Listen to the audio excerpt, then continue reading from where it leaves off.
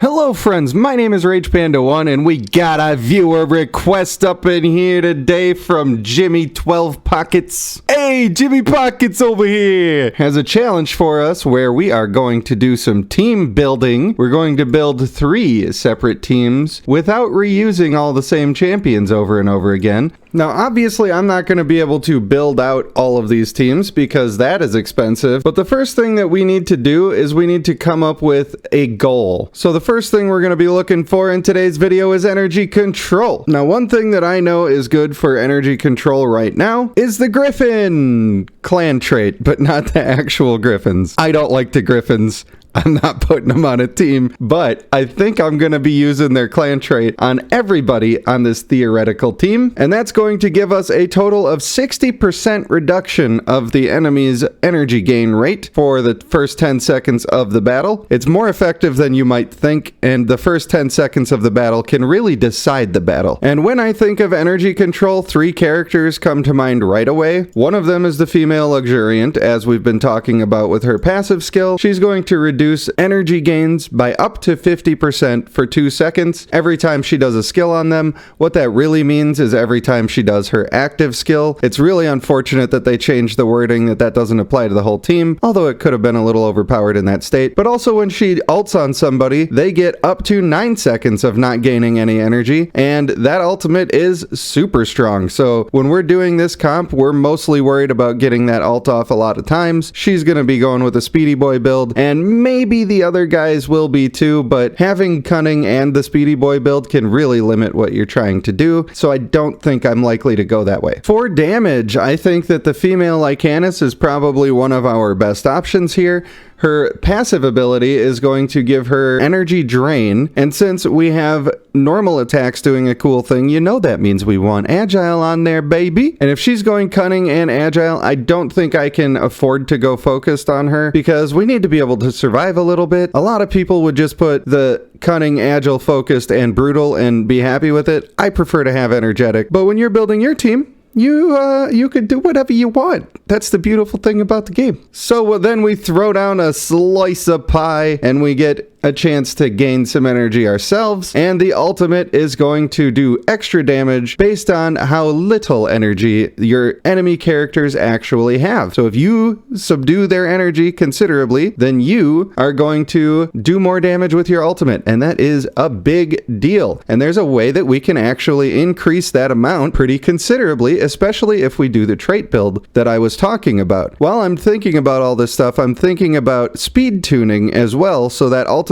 are bound to happen when I want them to happen to increase certain effects. And that's going to be my male Yevnayan here. Shout out to ya boy. So he reduces enemy energy by 35, going up to whatever number as he levels up, just upon doing any damage at all. And then when he does his ult, he is going to completely erase somebody's energy bar. Now, we want that to happen just before female Gultung. So since we skipped focused on her and it's inherent on him, we're going to make sure that we have agile. Number 1, because this triggers every time that we do damage. And number 2, because agile and focused is going to make it so he is likely to ult before the female Gultung so that she will get extra damage on her ult on at least that one extra person. And this guy is an amazing counter to female Devala for that because he's inherently such a speedy boy already. You can throw cunning on him and make it so he ults before female Devala just about every time, and you just keep her from doing hers ever. Keep in mind that his active skill hits more than one time, and every time you do damage, you are reducing that energy. So this guy's got great synergy in his kit. He's a really underrated character. This guy is fantastic. So we've got 3 characters now, and one of them is a support. That means we can afford to have one more support, and we need to have at least one more person doing damage, but we don't yet have any frontliners, and that is where our female Naga is going to come in when she is available to be used, because she has one of the best energy control abilities in the game as far as I'm concerned. She throws out a little snake that jumps between enemies, gives them a brief stun, and steals 25% of their current energy. So if this happens right at the beginning of the game when you have cunning on, it's not going to be as good. This is going to increase in value after all of that other stuff is done, and I think that's fine because sometimes your battle's going to go longer than 10 seconds and you need a fallback. This is a pretty good fallback. Either way, it's still going to be really good, even if you're running all of that cunning stuff, because you're going to steal the energy, meaning that you get the energy when it's all done. Even more than that, we are going to be reducing enemy attack speed, and when you reduce enemy attack speed, you're reducing what? That's right, the energy gain rate, because they get energy for hitting you, and they're gonna hit you less often while they have this on them. Now, it's only gonna be a couple of ticks every time that's on, but that's gonna be very useful for you. So I think that's going to be a perfect synergy in this combo, and honestly, this is a team that I have been thinking about for a little while, and I'm really excited about it. I don't particularly love using Melee of Nyan as somebody who's going to be intentionally taking a lot of damage, so I would prefer to see another frontliner here who's actually going to do something useful. And the one that I can think of that is going to be a really good tank and also is going to provide some sort of energy control is our female Orost. She's going to bring a little extra tankiness to the team, and she's got a ton of stuns. And if something is stunned, they're not gaining energy except from being attacked. So I think that this is a perfect way to round out the team where every single person on the team is reducing the energy gain of the enemy in some way, even though female Orost doesn't directly say that on her kit anywhere. She is doing that by doing stuns. And one thing that I like to maintain is that I'm only going to put up to 2 people on my team that are not doing that much damage. And while female Orost does just a little bit of damage for a tank, it is basically not damage and you shouldn't count on it.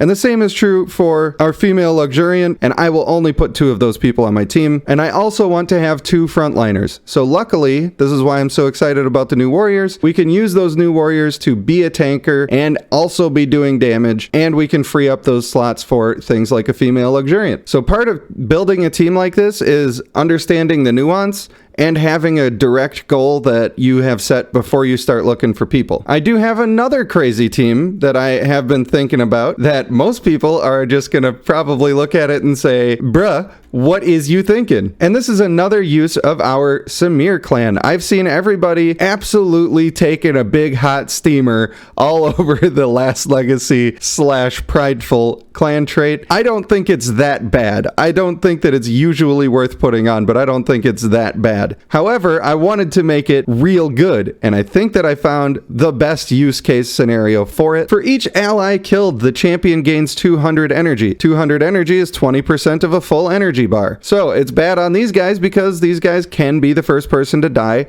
pretty often, more often than not. So in this build, my whole point is to fix a problem. That is a problem. People are not wrong about that being a problem, and I want to fix it and make it usable. And the way that I'm going to make it usable is by finding a synergistic trait to put with it, and dutiful is essentially the same thing but in the opposite direction. When you are defeated, you're going to restore 160 energy to all teammates. So the whole basis of my plan is to get both of these traits onto everybody on the team, and then if anybody dies, it's an automatic 360 energy to everybody else on your team. We can also add focused into these traits, and it is going to end up giving us 440 energy, roughly, each time one of our people dies. And having somebody die on your team being part of your strategy isn't always the best thing, so you need to counter that a little bit. And the best way to be able to counter that is by having a Speedy Boy version of our male Lume. We are still not trying to make it so that people will die on our team, but since he's going to have these energy gain traits on him and he'll be ulting more often because of it, I think you're going to be pretty happy with yourself, and I think that it's safe to be able to protect him in a way where you can avoid taking energetic on him this time for this specific build. Usually I would still always put it on, but I think this is one situation where you could get away with not having that trait, and we're also not going to have dutiful on him, but I would still like to see Last Legacy on him. So we're looking at Last Legacy, Focused, Agile, and Brutal for a build on this guy, which is a whole lot of revives going off, which is exactly what we want because we want to catch our people when they're dying so that we get all the energy from them dying, and then we get another chance to get more energy again. So I think that this team is actually super good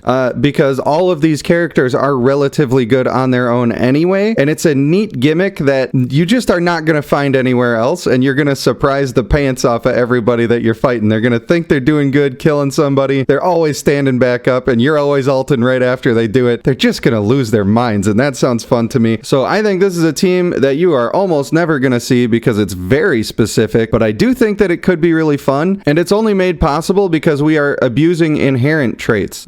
We're essentially gaining an extra trait slot by making part of our plan the inherent trait that is already there. Without having that, I don't think this would ever be possible. This is not a build that you could really use with other characters than these. All right, so now let's just pick a mechanic of the game that we really want to see exploited to its fullest. And one of those that I am very excited to try out eventually is the taunt mechanic, because it's much, much stronger now. So it narrows down our picks pretty severely when we're doing that. We need to keep a couple of things in mind when we are thinking about that build. So we have 3 characters that I'm currently thinking of that are going to be really using the taunt. Male Orost's ultimate is a huge taunt. Our male Karguk's ultimate is a huge taunt. That means that we want to desynchronize these ultimates because we do not want that buff to be on the enemy characters at the same time. We want them to be staggered, which means one of these guys is going to be a speedy boy, and one of these guys is going to be a bit of a slower boy. And since the strength is somewhat even on these characters, I happen to like the kit for damage more on the male Karguk, and that means I'm going to put 2 traits on him that are maybe not so super standard. Normally, I would just be trying to get these ults out as fast as possible, but I'm going to be putting agile and focused on my male Orost, and I do not want it on him. So in place of those traits, I'm going to put brutal and steadfast, and that's going to give me a combination of doing extra damage, which is not going to be that much extra damage, but it's going to give me bigger shields that I can enjoy throughout the process. And the male Orost in his ultimate, he heals based on the damage that he has taken, and I'm not sure how that interacts with shields. I have not been able to test that, so I don't want to encourage you to go put a shield on the guy if it's going to nerf his ult. It's just safer for me to put it on this guy. So unfortunately, those 2 frontliners mean that we are done with support slots. We cannot afford to have any more support slots. We got to go pure DPS here. I do feel like the male Naga is going to fall into that category, even though he has a largely defensive kit. He has a lot of cool stuff here that I think is going to add up to decent damage. He's going to be reflecting a lot of damage, and then also having a giant pull that's going to happen before any of the other ultimates that is also going to be a taunt. It's a short taunt, but it's still a taunt, and it should be long enough where you can pull everybody in and taunt them, and then your male Orost is going to do his taunt with his speedy boy build, and by the time that wears off, then your male Karguk is going to be ready to ult, and he's going to be doing his ultimate, and we're just going to sit there and switch who's being attacked over and over again, and nobody gets to do active skills or ultimates while they're taunted, which I think is a pretty cool system. There is a temptation here to go with male Lycanus to do some extra damage and get a big crowd control so nobody's casting anything.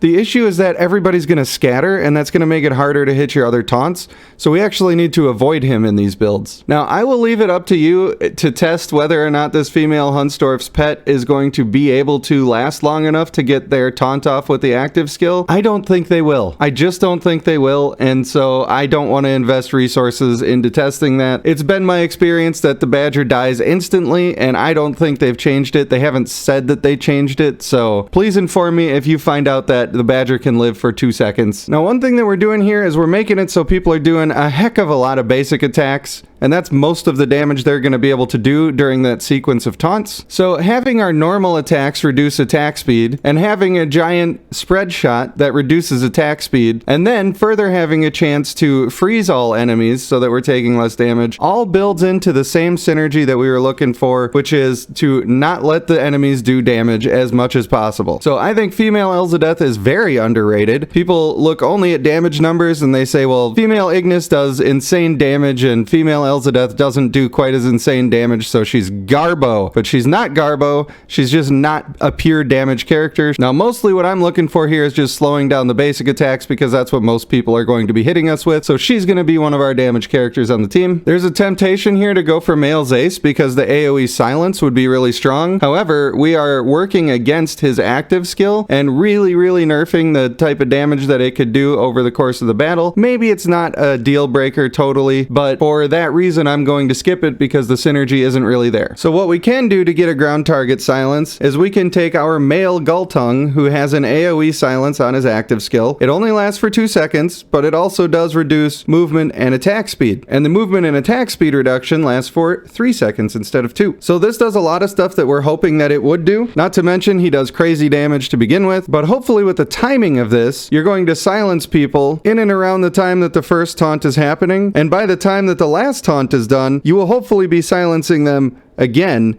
and then the cycle can start anew. Of course, there's going to be time frames in there where people are attacking you, but that's just the way the game goes, baby. I know that there's no way that this video is short, but you know what? It was by a viewer request, and Jimmy 12 Pockets is a real man of genius. I read that comment and I instantly wanted to make the video, and so I did. So just a quick recap, we have the female Gulltongue, female Luxuriant, male Yivnayan, female Naga, and female Orast on our first team. We're calling that one Energy Control. Number 2, we got both Samirs, we got both Scorching Fires, and our male Lume. And we're gonna call that one Team Unalive. And then on Team Gum Runners, we have our male Naga, male Orast, male Karguk, female Elzadeth, and male Gulltongue. Now I know a lot of these characters are all characters that you don't get in the base game, and if you would like to see an edition of this that is more based on those characters that are free-to-play friendly, then just let me know and I'll try to do it. But I gotta warn you that a lot of those teams are female Lionstone and Burst Mages. Go Bert. If you made it to the end of this video, you're an absolute legend, and I want to thank you for watching. I have been RagePanda1,